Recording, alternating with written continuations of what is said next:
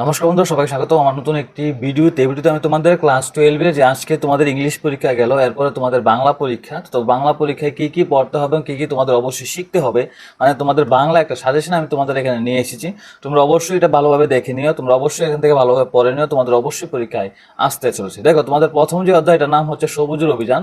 তো এই অধ্যায় থেকে 2-এর মান তোমরা কোন কোনগুলি পড়বে? দেখো, প্রথম যে আছে আত্মরাদের গা মেরে তুই বাঁচা, কবি এই আহ্বান করেছে কেন, এই কোশ্চেনটা তোমরা পড়বে, বইয়ের মধ্যে দেখবে পাবে।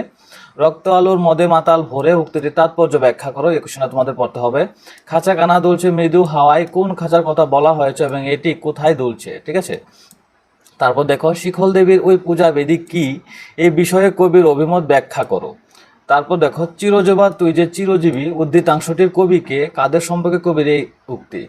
বসন্তরে পরাশ, বসন্তকে কারা কি পরিয়ে দেয়? চিরকাল কি রইবে খাড়া, চিরকাল কি খাড়া থাকবে না বলে থাকবে না। লাগবে লড়াই, কাদের মধ্যে লড়াই লাগবে, এই লড়াইয়ের কি পরিণতি হতে পারে? তারপর দেখো থাকছে, আনরে বাছা বাছা, কারা কোথা থেকে কি আনবে? আপন গলার বকুল মাল্য গাছা, কে কার গলায় পরিয়ে দেয়?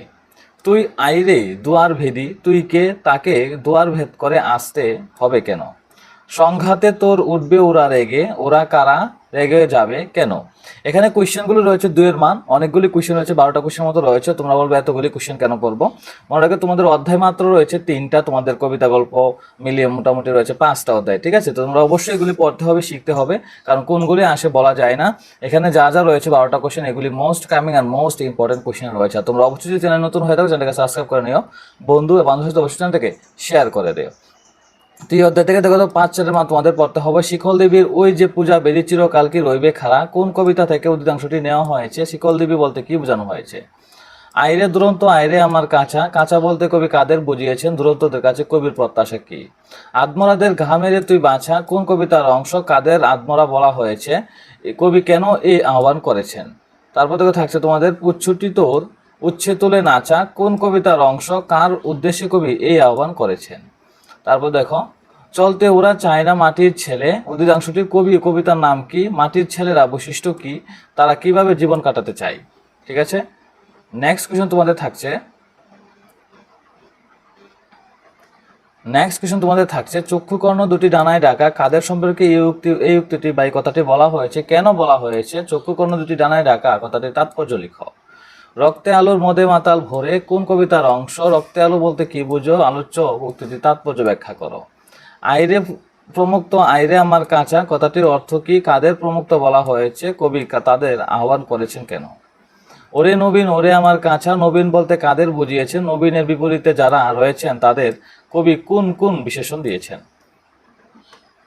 তারপর দেখো থাকছে, ওই যে নবীন ওই যে পরম পাকা, চক্ষুকর্ণ দুটি ডানায় ঢাকা, প্রবীণ ও পরম পাকাদের বৈশিষ্ট্য লিখো, চক্ষুকর্ণ দুটি ডানায় ঢাকা বিষয়টি আলোচনা করো। চিরজীবা তুই যে চিরজীবী, চিরজীবীদের কাছে কি চেয়েছেন? কবি তাদের চিরজীবী বলেছেন কেন? এই কোশ্চেনগুলি যে রয়েছে, এটা শুধু আনফিলি কোশ্চেনের জন্য বানাইনি আমি, এটা একেবারে ফাইনালের জন্য বানিয়েছি। আর তোমরা যদি ভালোভাবে শিখতে পারো, তোমরাই দেখবে যে তোমাদের খুব হেল্প হতে চলেছে। ঠিক আছে। নারী থেকে তোমাদের থাকছে, অর্ধেক তার আনিয়াছে নারী, অর্ধেক তার নর, না তাহার বলতে কবি কাদের বুঝিয়েছেন?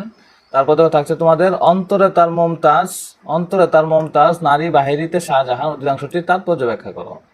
জ্ঞানের লক্ষ্মী গানের লক্ষ্মী শস্য লক্ষ্মী নারী, কোন কবিতার অংশ? নারী দিল তারে, নারী তা কাকে কি কেন দিল? সেদিন সুদূর নয়, কোন দিনের কথা বলা হয়েছে? নারীর বিরহে নারীর মিলনে নর পেল, কবি প্রাণ, অধিকাংশটির আলোচনা করো।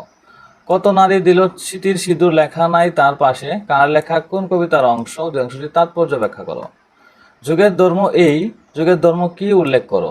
দূর করে দাও দাসীর চিহ্ন, কার প্রতি কবি এই আহ্বান করেছেন? পুরুষ হৃদয়হীন, কোন কবিতার অংশ? এরূপ উক্তির কারণ কি? 5 মান দেখে নারী থেকে রাখতে, সেদিন সুদূর নয় কোন কবিতার উক্তি, কোন কবির উক্তি? সেদিন বলতে কোন দিনের কথা বলা হয়েছে? আলোচ্য উক্তিটির তাৎপর্য ব্যাখ্যা করো। তারপর থাকতে তোমাদের, সাম্যের গান গায়, কে সাম্যের গান গাইছেন? উক্তিটির তাৎপর্য ব্যাখ্যা করো। বিশ্বে যা কিছু মহান সৃষ্টি চিরকল্যাণকর, অর্ধেক তার করিয়াছে নারী, অর্ধেক তার নর নারী মিলে এই কি এনেছে বলে কবি মনে করেন? কেন কবির এই ভাবনা আলোচনা করো। পুরুষ হৃদয়হীন কোন কবিতার অংশ, কার লেখা, তিনি কেন এরকম মন্তব্য করেছেন। এখন তোমাদের থাকছে আগামী থেকে। তো আগামী থেকে দুইয়ের মানগুলি দেখো। জানি আমি ভাবি বনস্পতি কোন কবিতার অংশ, বক্তা নিজেকে ভাবি বনস্পতি বলেছে কেন। জড় নয়, মৃত নয়, অন্ধকারের কনিজ, কার উক্তি, সে নিজেকে কি বলে পরিচয় দিতে চেয়েছে। যদিও নগণ্য আমি তুচ্ছ বটবৃক্ষের সমাজে, নগণ্য ও তুচ্ছ শব্দের অর্থ কি, কি কি বক্তা নিজেকে নগণ্য ও তুচ্ছ বলেছেন কেন। তারপর দেখো, ক্ষুদ্র আমি তুচ্ছ নয়, বক্তার এরকম উক্তির কারণ কি। জয়ধ্বনি কিশলয়, কিশলয় কি, তাকে জয়ধ্বনি দেওয়া হবে কেন।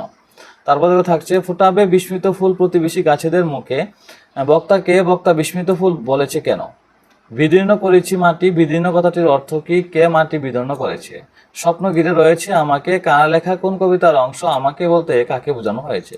5 মান দেখো, আগামী থেকে শিখরে আমার তার অরণ্যের বিশাল চেতনা, বক্তাকে কোন কবিতার অংশ এবং কবিকে, বক্তা কিভাবে অরণ্যের বিশাল চেতনা অনুভব করেন।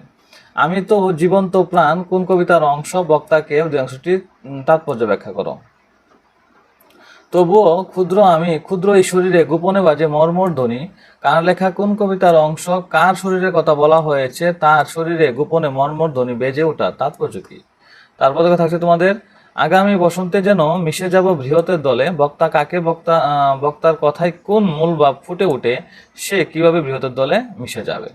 তারপর দেখো, জানি আমি ভাবি বনস্পতি, কার লেখা কোন কবিতার অংশ, বক্তা ভাবি কোলে বনস্পতি হয়ে কি কি করবে, আলোচ্য উত্তর দিয়ে তাৎপর্য ব্যাখ্যা করো। মাটিতে লালিত পালিত বীরু শুধু আজ আকাশের ঢাকে মেলিছি, সন্দিগ্ধ চোখ, স্বপ্ন ঘিরে রয়েছে আমাকে। ঠিক আছে, বক্তাকে সে কিভাবে চোখ মেলেছে, তার বীরু সন্দিগ্ধ কেন।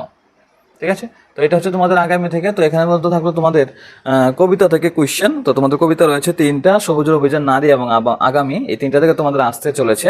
এখন তোমাদের আমি নেক্সট ভিডিওতে তোমাদের দেবো কবিতা, গল্প থেকে, কারণ গল্প তোমাদের রয়েছে অন্য নদী দিয়া বা হবল বাক্যবল। তো সেখান থেকে নেক্সট ভিডিওতে তোমরা দেখো, অবশ্যই চ্যানেলে থাকবে, 2-3 মিনিটের মধ্যে এসে পড়বে, তোমরা অবশ্যই চ্যানেলে যোগাযোগ থাকবে। ঠিক আছে।